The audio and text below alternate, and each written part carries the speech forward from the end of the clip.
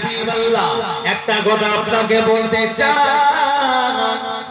হুজুর আপনি কি আমার কথাটা রাখবেন বলছি কি কথা বলো বলছি আপনার শরীরে যে জুব্বা আছে যে জামাটা আছে যে জুব্বাটা আছে ওটা কি আমাকে দেওয়া যাবে আল্লাহ নবী বললেন আমার জুব্বা জামা নিয়ে তুমি কি করবে বলো বলি ইয়া রাসূলুল্লাহ হাবিবাল্লাহ আপনার জুব্বা জামা নিয়ে হুজুর আমাকে যখন কবর দেয়া হবে আমি ইন্তেকালের পরে ওটা আমাকে কাফন করে কবর দেবে আল্লাহ নবী বলে খাদিজা আমার জামা জুব্বা নিয়ে তোমাকে কাফন করে দিলে এতে তোমার কি লাভ হবে বলি ইয়া রাসূলুল্লাহ ইয়া হাবিবাল্লাহ হুজুর আপনার জুব্বা জামা দিয়ে যদি কাউকে কবর দেওয়া যায় কাউকে যদি কাফন করে দেওয়া যায় কিয়ামত পর্যন্ত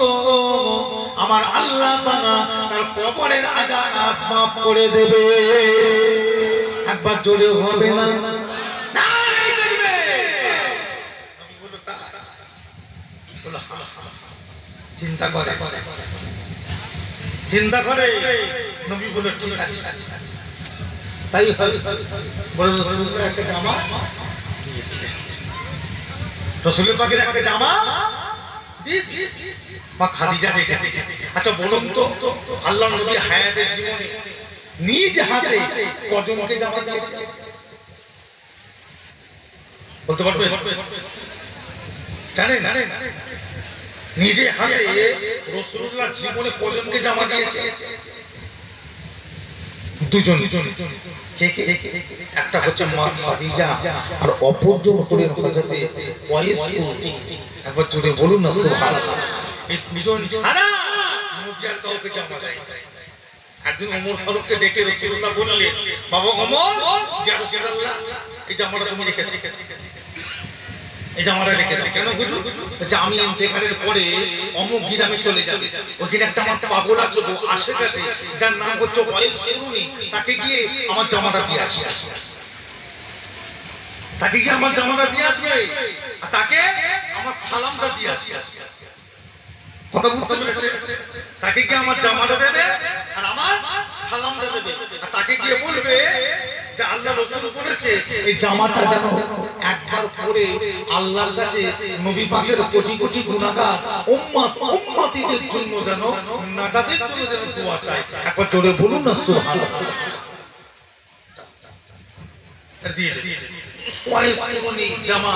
ওমর ফারুক এই যে বাড়িতে রেখে দিয়েছে কিছুদিন পরে আল্লাহর নবী ইন্তেকালের পরে জামাটাকে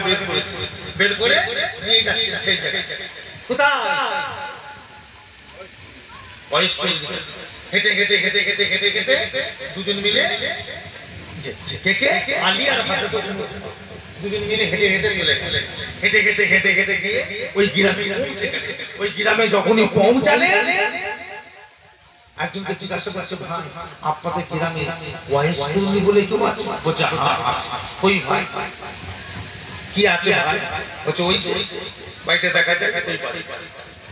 দুজন মিলে হেঁটে চলে গেলেন দরজার কাছে গিয়ে পালাটা একবার নাড়া দিলে পালাটা নাড়া দেওয়ার সঙ্গে সঙ্গে ঘর থেকে একজন বেরিয়ে এলেন এসে সালাম দিলেন আসসালামু আলাইকুম ওয়া আলাইকুম আসসালাম কে আপনি চাপ মারা করা না আপনি কে চাপ মারা করা না আপনি কে চাপ মারা করা কয়েকবার জিজ্ঞাসা করার পরে ওই বাড়িওয়ালাটা একবার ওমরের মুখের দিকে একবার আলীর মুখের দিকে একবার আলীর মুখের দিকে একবার ওমরের মুখের দিকে তাকে বলেছিল হাকার বলতে হবে না আপনারা কারা আমি বুঝতে পেরে গেছি আপনারা কারা আপনারা হলেন সোনা মদিনাওয়ালার দলের দরবারে খাদিম জোরে বলো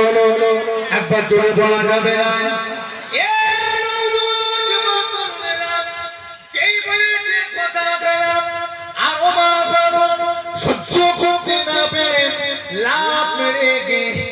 কেটে গিয়ে হযরত ওমর ফারুক ওয়াইস কুরুনিকে জড়িয়ে ধরে হাওয়া করে বলেছে ভাই আপনি কি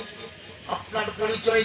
বলছে আমি হচ্ছে ওয়াইস কুরুনি বলছে তাই বলছে আমি ওয়াইস কুরুনি বলছে আল্লাহ পাক আপনার কত বড় নসিব করেছে নবী পাক নিজে হাতে